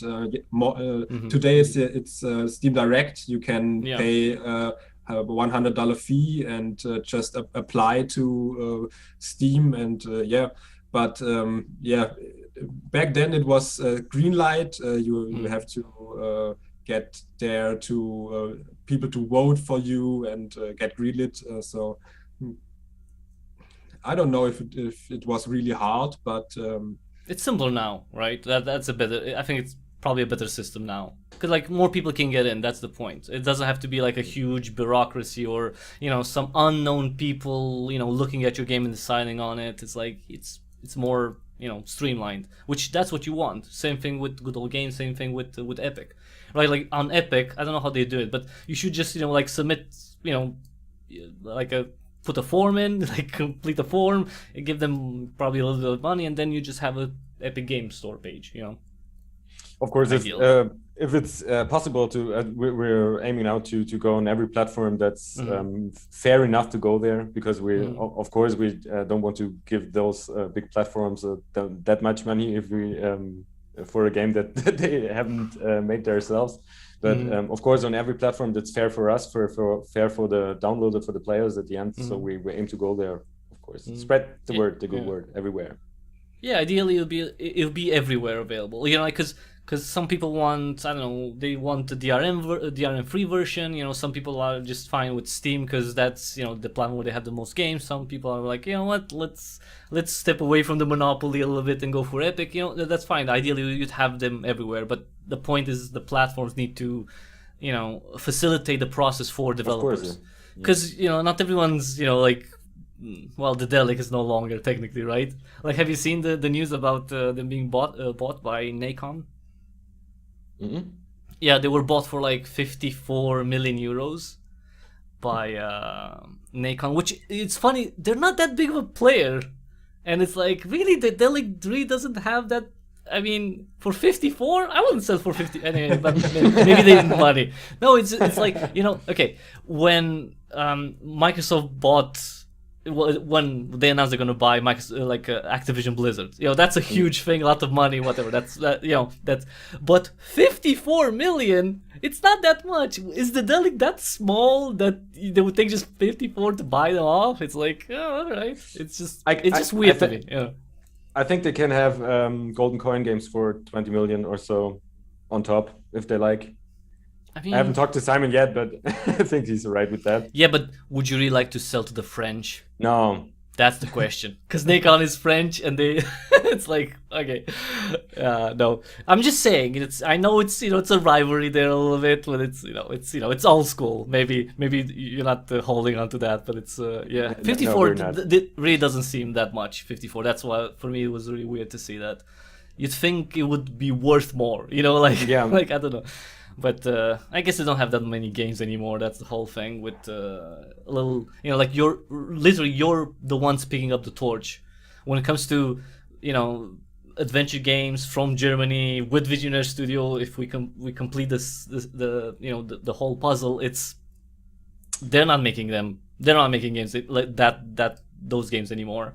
They're not making the point-and-click adventure games anymore with the Visionary Studio, so, you know, you're kind of continuing that legacy of, you know, someone actually making games. Sounds good. Yeah. Anything else that you want to mention that hasn't been the Kickstarter? We can plug it more. We can talk about why you chose to offer so big discount on it. I don't know why you did that. That's my criticism. It's like, why? Like, you don't need to make the game so cheap. You know, like, just sell it for, you know, the 80% of the price. Why did you choose for that? To do that? Because I don't like. I really wouldn't want you to devalue your work. You know what I mean? So, seeing the demo, I would I think, well, I would assume your game is worth more to me, for example, than €3. Like, you know, if I bought it for €3, I would feel like, you know, no, really, it really is like that. It's like, why go for such high discounts on Kickstarter tiers? Because it's fine if you have a discount.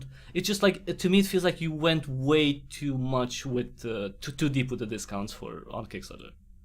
Yeah, we already got this feedback, not only from you, other people also told us. But the basic idea was to get some also get some intention, some yeah, get a base of people who really like it and really want to apply it to it, and we thought we can get a wider base of people if ja, die Schwelle niedrig. No, don't give me that, because I don't know. Don't curse in German on my stream, okay? Just chillax. No, I'm joking. Yeah. No, but it's really like, okay, I understand, because you want to capture more people, right? Like you can have, like, you want to capture as many people as possible. My thing is, like, the way to capture them is to show as many people as possible. Like, and maybe that's one of the things that that are holding you back to some extent, because you have jobs, right? Both of you have you're hardworking German people, like, you know, keeping, you know, half of the EU economy going, maybe more than half. Anyway, so, and you don't have that much time for marketing. My thing would be, like, ideally you'd have as big of a marketing push, so as many people as possible know about your game. That, you know, what you're trying is, it's, you know, it's a different thing to get kind of the same result, like to get as many people on your side. I just really think that, you know, it's like, it's your project, you worked for it for so long, like, you know, don't give it away. You know, for €3, for €5, you're pretty much giving it away, you know, and it's such a, like, you're breaking my heart, let's just say. Like, we barely met today, but you're breaking my heart with that, because you should sell it for what's it worth. You've worked on it for such a long time. I mean, the description is such a good thing. It's like, you know, how many characters you have, how many scenes, you know, the type of mini games. It's such a detailed German way of describing something. I really like that. And there's so much content that you're putting on the table. You can say it's a promise and you don't know it, right? Because you may not like the game, right? But in terms of what I see, right, and I can choose to believe you or not, and I choose to believe you. I believe that you have a game with a very good amount of game time in terms of the hours, with a lot of scenes, with a lot of, you know, work put into it, with, you know, funny characters, with good puzzles, with mini games to spice things up, you know. So in my view, it's like, no, don't. You know, you're selling yourself short by, you know, going for those tiers. You know, like maybe just the €7 one, but 5 and 3, it's like such a, you know what I mean? I don't want to, you know, I don't want to put you in the spot necessarily, but it, you know, it really hurts me to see, because you don't, you know, I understand why, but you know what, I don't know if you would get more people on your side just by making it so low cost. Yeah, it was a very limited amount of those €3 game shots. So I think it was 10 or. Well, it should be 0. It should be 0. It should be 0 because you worked so hard for it. Like, it's more. It's worth more than that. Yeah, but I think that the highest value that we can achieve is to spread the game to the largest amount of people who want to play the game. So. I think we won't get rich with this, of course. Maybe we will. Well, so maybe we will, but probably we're not going to get rich with this game. So the best thing that could be is that someone on the other part of the world sits there, plays the game, and says, "Wow, that was fun," and tells to his friends and his family, and maybe there will grow some small community around this game. and that's the highest value that we can achieve that we want to achieve. So we want to. Yeah, we made this game because we love it, and we made this game for all the other lovers of this genre, and we want to make them play, have fun with this, and spread it to everybody. And if you get enough people who spreads the game, then there will be some of the people spending €10 to the normal price.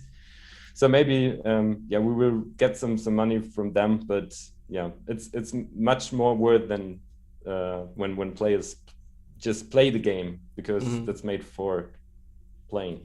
Yeah, that's why we made it. No, but that's not what you're saying. But, and this is going to be like, I don't know, if this is a hobby that you're going to stay with, this is a multi-decade thing. So with this, with a Fusion World That Easy, you are building, your brand. You're building a community. You're attracting people who like the genre. So this is going to be compounded as time goes by. So in 4 months from now, you're gonna have more people who know of you. In 6 months from now, like in September when you're gonna know, there's gonna be even more people who know of you, and so on and so forth. The thing is that, like, that's the natural growth that you are going to have. The only thing is that, and I understand what you're saying, to get as many people as to play as possible. Then one could argue, like, why not give it away? Like at that point, like. But that's not normally either. You wouldn't want that specific because you have costs and everything.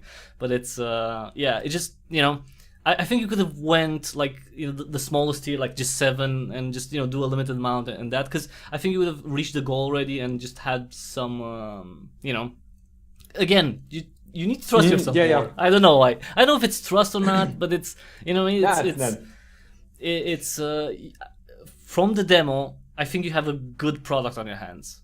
That's it. Like, mention it to as many people as possible, and price it accordingly, and that's it. And like you should be proud of this, right? You should be proud of it and sell it for like, no, this is worth that. Like I'm not gonna go lower than that.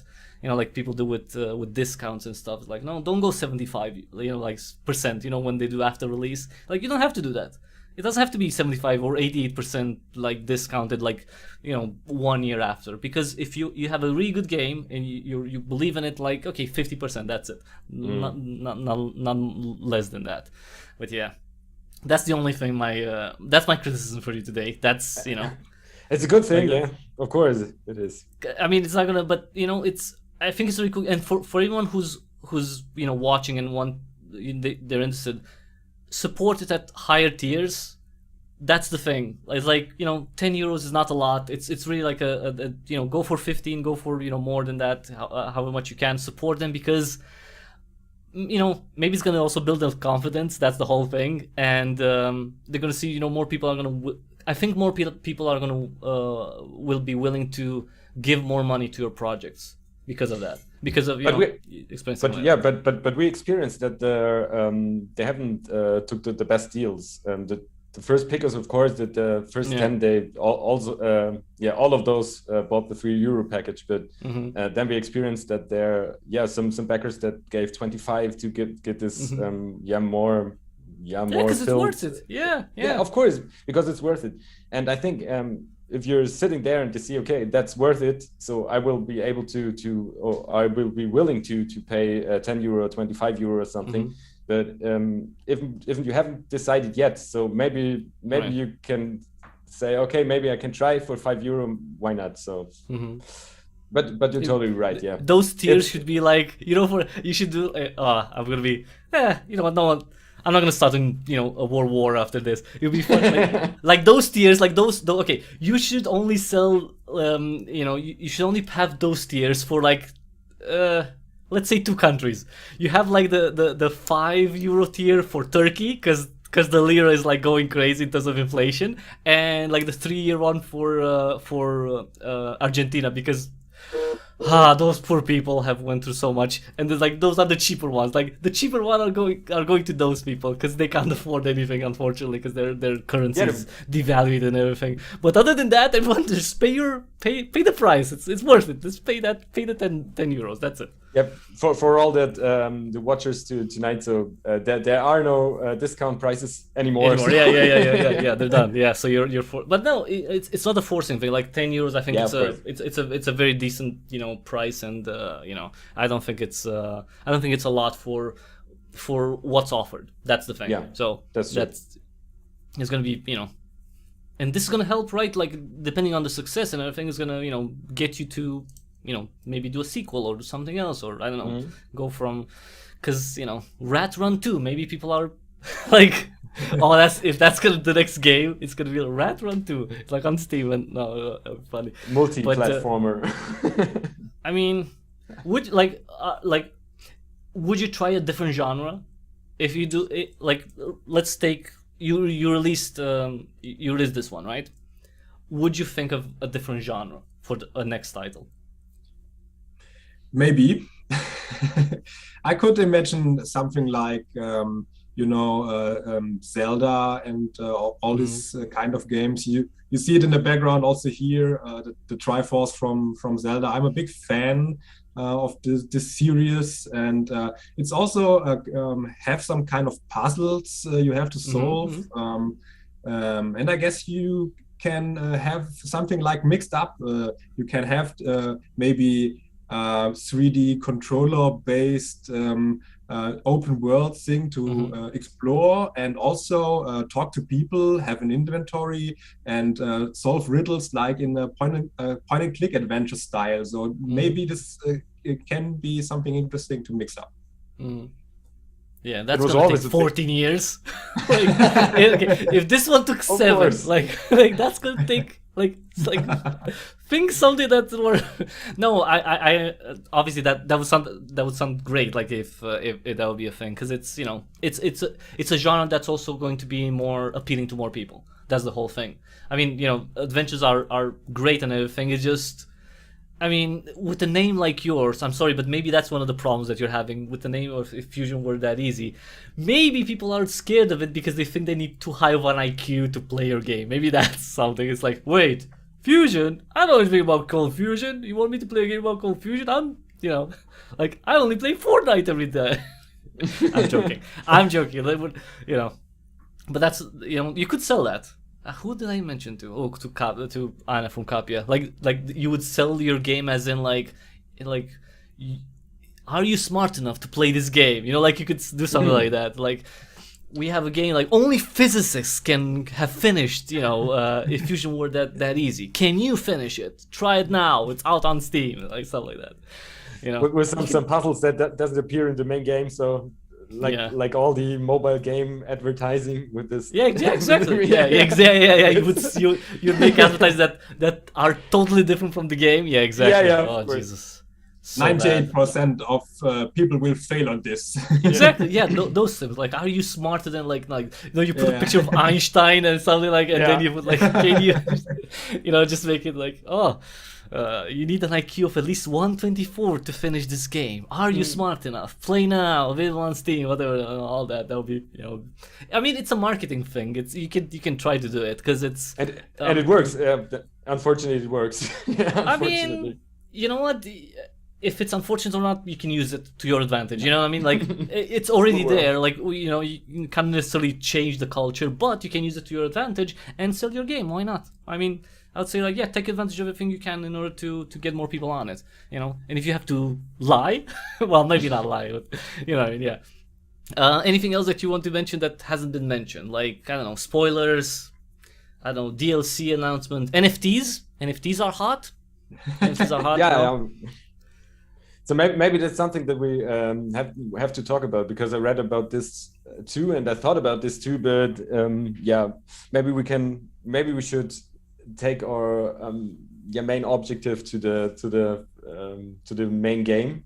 But NFT would be a nice thing, of course. Yeah, we have very nice characters. That would be a very nice NFT thing.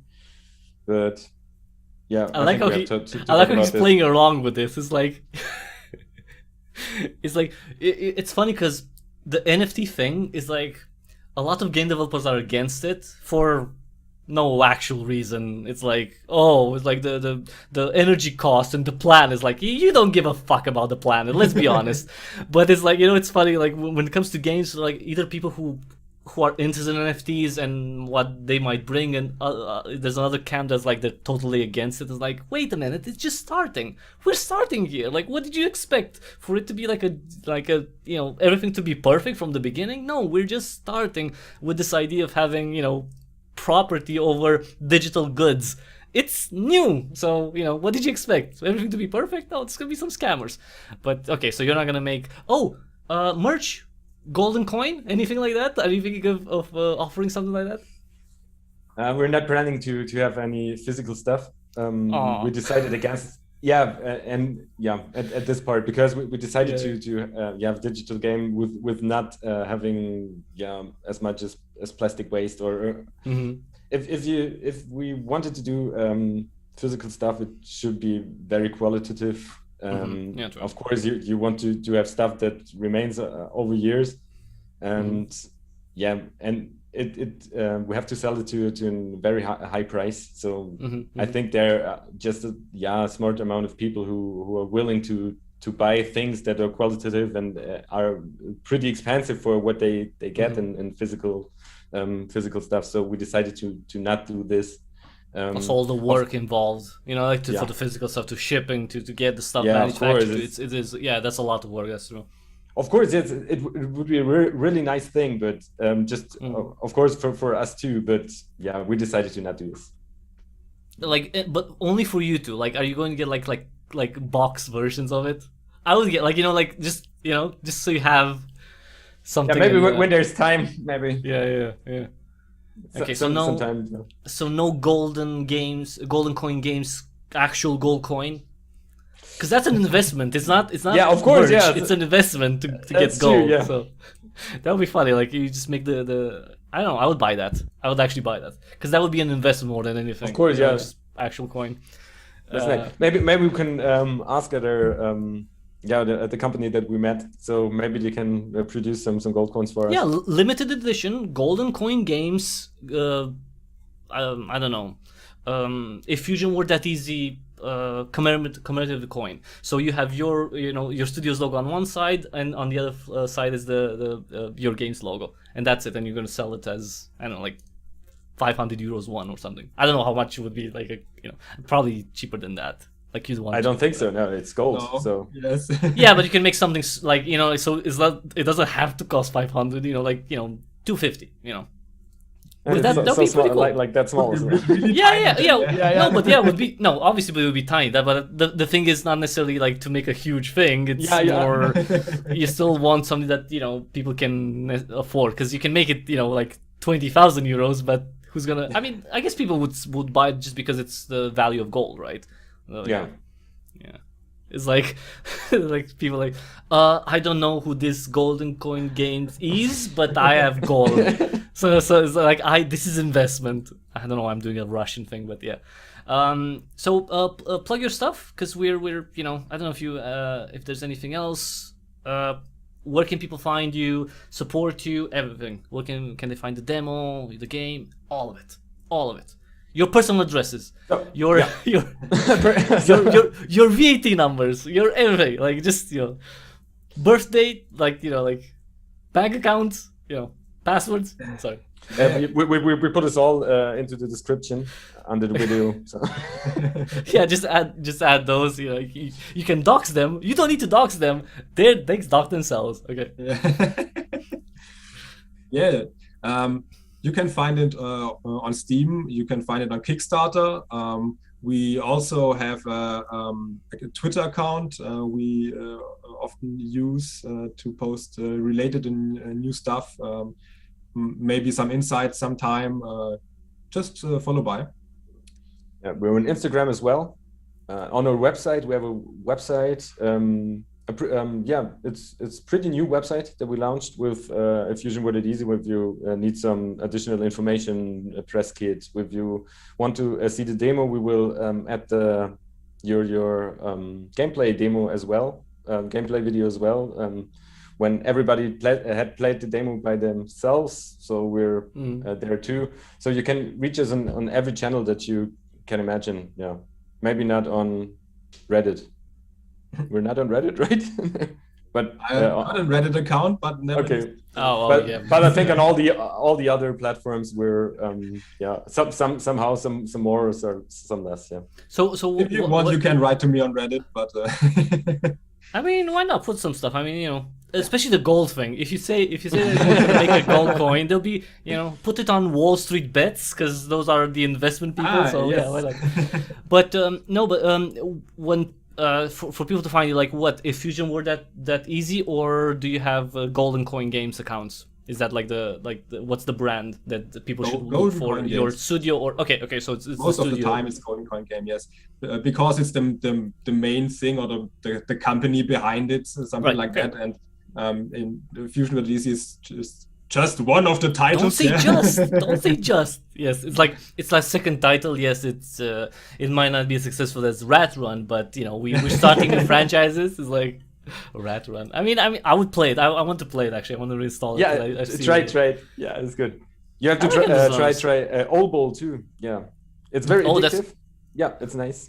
Oh, thank you. That's what I need. Addictive right now. Like, do you see how hyper I am? I'm not taking any drugs. You think I need more stuff? It's like, it's Saturday. Like, I didn't drink anything. This is just Pepsi. It's, you know, I'm not taking any Adderall or anything like that, and I'm this hyper. But you know, it's the energy which is, you know, feeding me. Anyway, I was speaking of feeding. Like, talking to no. So those things, for everyone watching, just go to Kickstarter because that's the whole thing. Let's you know, get them past the goal. So that's one thing, you know, kind of at least, you know, behind them to some extent, because they can focus on this. They can make a coin because I want a coin, and you know, just try the demo. Really try the demo out. Maybe listen feedback, see what you like, what you didn't like. I have a playthrough of it if you want to see that. But I always suggest you check it on yourself because it's a really cute game. It's a very good demo. More puzzles than I kind of expected, which is very good. Like, given how compact it is, it has a very good amount of puzzles. So you do a lot in it. That's the whole thing. That's really cool, given the length. And other than that, I don't know. What else? World War III? Like, is anyone scared of Russia invading Ukraine? Is that like, should we insert? Relevant hopefully news? It will not happen. So it's not gonna happen. I hope it won't. So, and if you don't want that to happen, then go support if Fusion were that easy, because that's literally what holding the world together. Just imagine if we had a reactor explode right now. Do you think that's not going to do damage and it's going to change the world as we know it? So if you want to stop that from happening, clan or not, we need to contain this cold fusion thing. We either do it properly or we're all gonna suffer from it. Don't think that if you're in the United States you're gonna be fine, because it's gonna be global, right? You see COVID, right? This is gonna be global if cold fusion screws up. So go support the game and make sure that we don't get into an apocalypse. At least this century. Can we get through this century at least? We've been doing so well so far. We went to the 20th. It was hard. Now it's like anyway, it's like, can we get to 1 century without major things? Can I have 1 century? No, it's but yeah. So for everyone, thanks so much for watching. I don't know, on my side, on plugs, just follow me, do all that stuff. I don't want to keep these guys more because they've been lovely, and I do speak a lot. Follow me, support me on locals, and other than that, you take us off. Whatever you want to do, let's end it. End it now. However you want. Is a question for you. Okay. Obviously for you, like, course, yeah. Just plug it. So, I don't know, like say that maybe slice, but everything. Maybe you can do it again, so we had a better introduction. All right, and and that's about it for us. We hope you have a great Saturday, and Nico and Simon, take us out. So thank you so much for having us here. Thank you so much for watching, and I hope you enjoy the demo, and hope you enjoy Fusion Word It Easy when it comes out in September. check all our channels, download everything that you can find on the demo and on the main game. Maybe there will be some wallpapers or stuff too. So check in from time to time, follow us on Twitter, and of course follow Cryptic Hybrid here every time on every video. Thank you so much. Thank you. All right. Thank you so much for this opportunity, and yeah, hopefully all will go well now. Thank you. Maybe hopefully, yes, it's gonna go. Like, okay, this is okay. See, this is okay. I'm sorry, we have to extend this. Okay, we're doing this is classes in session, Dev Confidence 101. So when you talk about it's not hopefully, it's like maybe just, there's no words like that. It's gonna be like, yes, our project is awesome. We worked on it very hard. We really enjoy it. We want to, for everyone to enjoy it. It's great. See it. You can find it, on so many platforms. You can try it right now. You can try a slice of it right now. You can support us. You can get it in full in September. Don't spend your money on Cyberpunk or whatever the crap comes out like AAA title this year. No one cares about those. Let's be honest. It's like they're worse and worse as they progress. If you want actually quality games made with passion, you go for indie. That's not even a question. So and what's more indie than the two guys in Germany? Like, okay, maybe some people will be like, you know what? Some things weren't great that started in Germany, so maybe I'm a little scared of supporting two people. Like, no, it was everywhere. It had nothing to do with each other. There's problems everywhere, so it's fine. So support them, check out their game, try out the demo, and €10. It's just that, like, it's really not a big price. Just get yourself a pledge on Kickstarter and get them over the goal. Thank you both for coming on, and everyone, have an awesome week.